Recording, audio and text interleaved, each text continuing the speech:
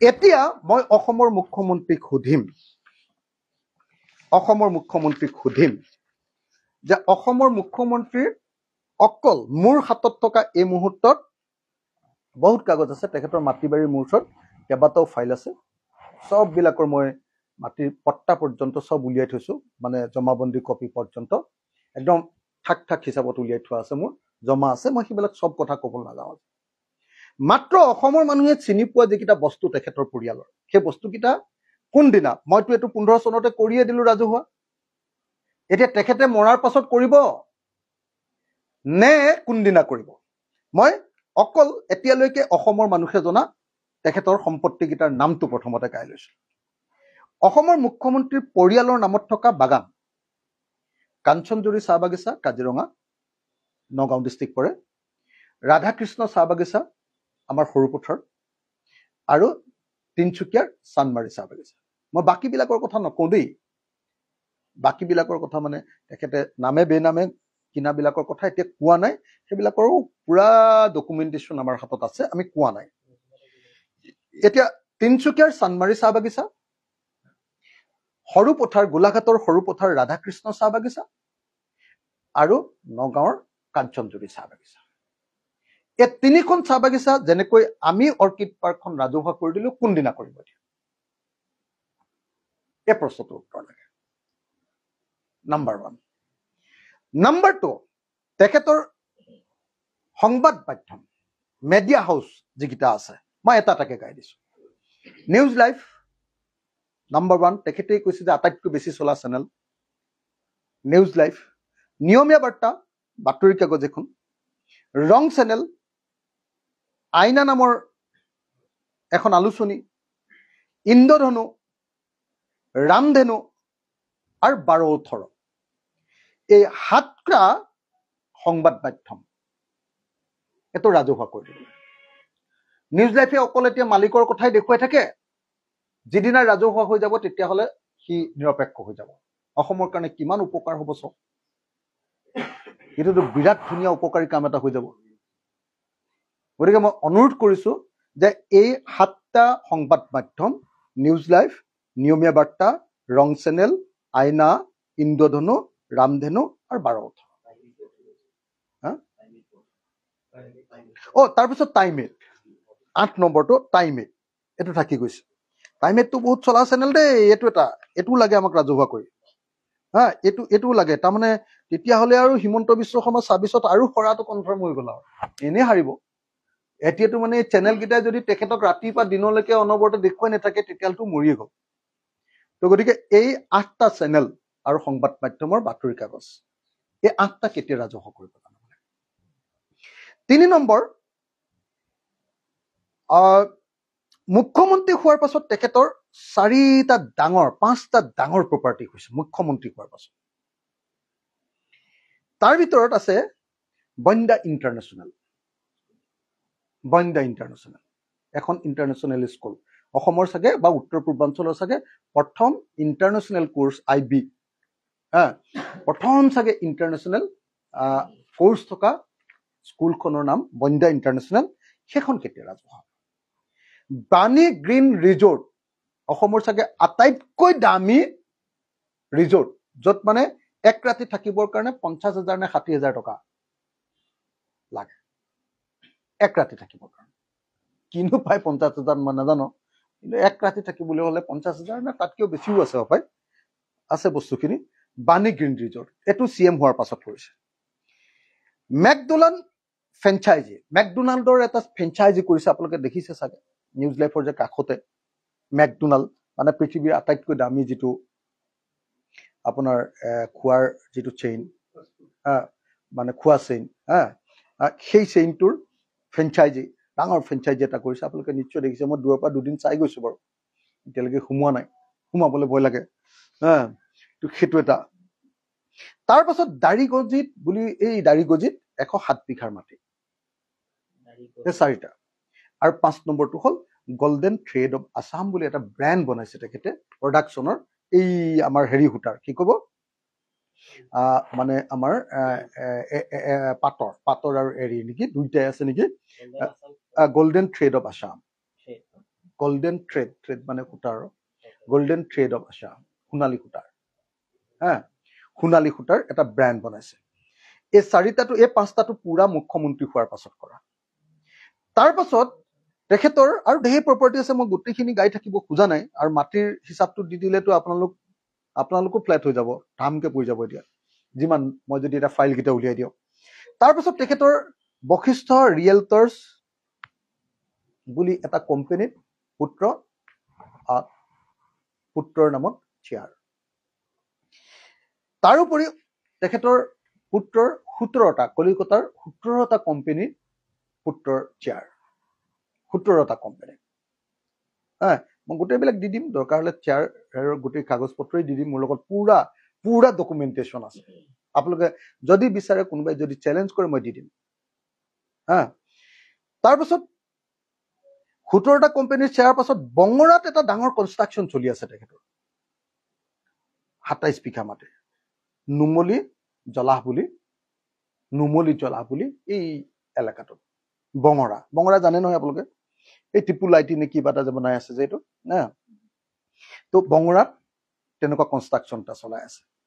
আজিৰ দিনটোত মই বেছিকৈ ইয়াতকৈ নকওঁ বাকী সম্পত্তিৰ হিচাপবিলাক নামে বেনামে যিবিলাক আছে সেইবিলাকৰ কথা এতিয়া নকওঁ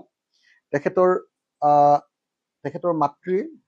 আৰু তেখেতৰ শাহুৱেকৰ নামত থকা শ্বেয়াৰবিলাক তাৰপাছত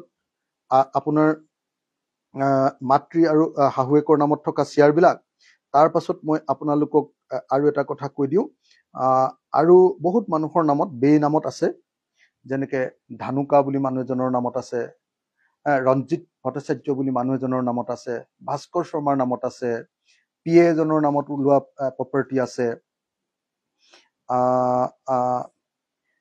কি কয় তাৰপিছত আদ্য চেনিটেৰী নেপকিনছ বুলিও এটা আছে এনেকুৱা ধৰণৰ তাৰপিছত AIDCৰ মাটি আছে JCB ইণ্ডাষ্ট্ৰিজৰ নামত AIDCত এইবিলাক মই চব কথা ক'ব খোজা নাই গোটেইবিলাক ক'ব খোজা নাই আৰু যদি ক'ব লাগে কম মানে মোক জোকাই থকাৰ কাৰণে কৈছো দেই মই সঁচাকৈ এই বিষয়টোৰ পৰা আঁতৰি থাকিব কৈছিলো আৰু সেইদিনা যে আচলতে হেৰিয়ালৈ গৈছিলো তেখেতে কৈ আছে যে মুছলিম হোৱাৰ কাৰণে তেখেতক ছেফগাৰ্ড দিছো কি কয় এইটো আপোনাৰ USTM মই আচলতে USTMক ধৰিবলৈহে গৈছিলো যদি সঁচাকৈ USTMৰ কাৰণে বানপানী হৈছে তেতিয়াহ'লে নিশ্চিতভাৱে ধৰিব লাগিব এই বুলিহে কৈছিলো কিন্তু USTMলৈ গৈ দেখিলো যে নহয় USTMে মানে যিটো কনষ্ট্ৰাকশ্যন কৰি দিছে সেইটোত মানে মাটিটো তললৈ নামি আহিব নোৱাৰাকে সেইটো মানে হেৰি কি কয় কংক্ৰিট আৰু হেৰিৰে সেউজীয়া মানে গ্ৰীণ হেৰিয়ে মানে ঢাকি পেলাইছে অকণমান সিফালে মাত্ৰ এতিয়া এখন মেডিকেল কলেজ নে কিবা এখন যে বনাই আছে হস্পিটেল এখন বনাই আছে তাৰ পৰা ওলাই যোৱা ৰাস্তাটোৰ ওচৰতে এডোখৰ খালি মাটি কাটি থোৱা দেখিছো সেইটো এই মানে ডাঙৰ ইলেক্ট্ৰিচিটি খুঁটা এটা যে দেখুৱাই আছে আজি পীযুষ হাজৰিকাকো সেইটো ভিডিঅ' দেখুৱাই দেখিছো সেই ইলেক্ট্ৰিচিটি খুঁটা সেইডোখৰ ৰাস্তা এটা উলিয়াই নিবৰ কাৰণে সেইডোখৰত এটা কটা দেখিছো আৰু এতিয়া যিখন হস্পিটেল বনাই আছে সেই হস্পিটেলখনত এই পাহাৰটোৰ মাথাটো কটা বুলি গম পাইছো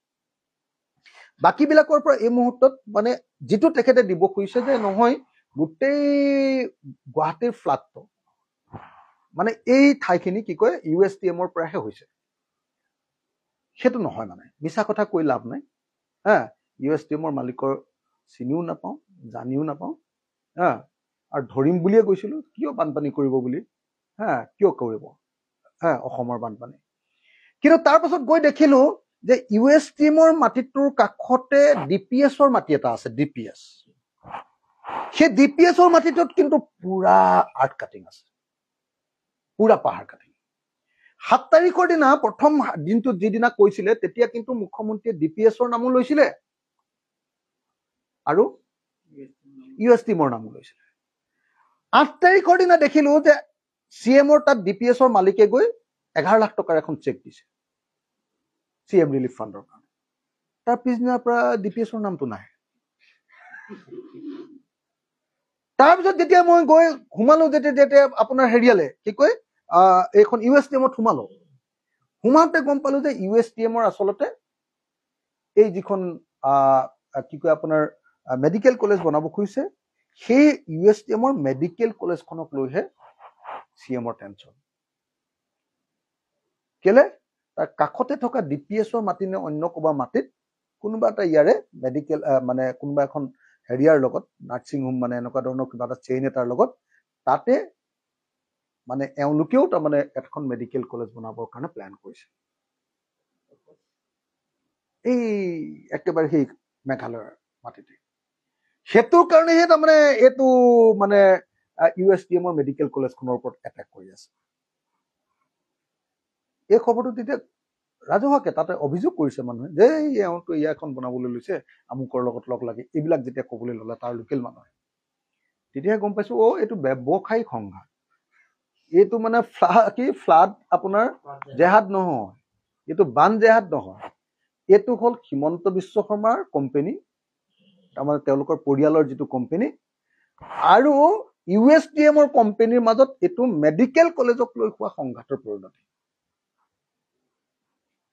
সেইটোকে তেখেতে সামাজিক বিষয় তৈয়াৰ কৰি কি কৰিলে সামাজিক বিষয় এটা তৈয়াৰ কৰি কি কৰিলে আপোনাৰ মানে সেইটোকে ডাঙৰ বিষয় বনাই দিলে এতিয়া তেখেতে কৈছে যে প্ৰতিদিনৰ মালিকক নকয় প্ৰাগৰ মালিকক নকয় যে তোমালোকৰ সম্পত্তি কেতিয়া ৰাজহুৱা কৰিবা তেওঁলোকক সমালোচনা নকৰে কিন্তু ৰিণিকী ভূঞা কৰে মোৰ পত্নীৰ ওপৰত ইমান চকু কিয় এইটো তেখেতৰ বক্তব্য প্ৰথম কথা যে আপোনাক এই কাৰণে ধৰে আপুনি অসমৰ মুখ্যমন্ত্ৰী এক নম্বৰ দ্বিতীয় কথা আপোনাৰ এই যিমানবিলাক সম্পত্তি হৈছে এই সম্পত্তিবিলাক কৰিবৰ কাৰণে আপোনালোকৰ পৰিয়ালৰ একো ইনকাম নাছিল বহুতে কৈ থাকে যে ৰিণিকী ভূঞা শৰ্মাৰ দেউতাক কি ইণ্ডাষ্ট্ৰিয়েলিষ্ট আছিল আমাৰ ঘৰৰ ওচৰতে ন এইকণতহে ঘৰটো ওচৰৰ যিকোনো মানুহক সুধি লওক যে মই যিমান দূৰ জানো মই তেখেতৰ নামটো ল'ব নোখোজো কিন্তু হিমন্ত বিশ্ব শৰ্মাই বিয়া কৰোৱাৰ পাছত এনেকুৱা ধৰণৰ কোনো ইণ্ডাষ্ট্ৰি নাই বৰং মই জনামতে সেই পৰিয়ালটোৰ ৰিণিকী ভূঞা শৰ্মাৰ পৰিয়ালটো বেংক্ৰাপচিহে হৈছিলে বেংক্ৰাপ্ট হৈ গৈছিলে বহুত ধাৰ লাগিছিলে আৰু সেইটোক লৈ বহুত কিবা কি খোৱা বুলি আমাৰ ওচৰতে যিহেতু মানুহবিলাকে কৈ থকা গতিকে এই যে চাহ বাগিচা তিনিখন কিন্তু নামতহে দেই বাকীবিলাক উলিয়াই দিম আপোনালোকে গম পাব কেইদিনমানৰ পাছত মোৰ লগত লাগি থাকিলে হ'ল খালি আৰু খংটো উঠি থাকিলে হ'ল আৰু উলিয়াম আৰু এদিনকে এই তিনিখন বাগান কিনিবৰ কাৰণে পইচা ক'ত পালে ধনৰ উৎস কি এই যে কোটি কোটি টকাৰ সম্পত্তি এইবিলাকৰ ধনৰ উৎস কি নিউজ লাইফৰ ধনৰ উৎস কি আমিতো জানো কাহিনী মই নিউজ লাইফৰ ওপৰত ৰিচাৰ্চ কৰিছিলো মোৰ লগত এতিয়াও ফাইল আছে আজিৰ দিনটোত মই আপোনালোকক যদি নিউজ লাইফৰ ধনৰ উৎস এটাকে দেখুৱাই দিওঁ এটাকে মই দেখুৱাই দিব পাৰো মোৰ ওপৰত পুৰা ডকুমেণ্ট আছে আৰু মই এইটো ডকুমেণ্ট একদম সাধাৰণভাৱে বনোৱা নাছিলো গুৱাহাটীৰ বহুত ডাঙৰ ডাঙৰ CA লগাই RTI কৰি তথ্য উলিয়াই ৰিচাৰ্চ কৰি একেবাৰে মানে হিলাই দিব পৰাকে কৰা ডকুমেণ্ট আছে মোৰ লগত নিউজ লাইফৰ টকা ক'ৰ পৰা আহিছিলে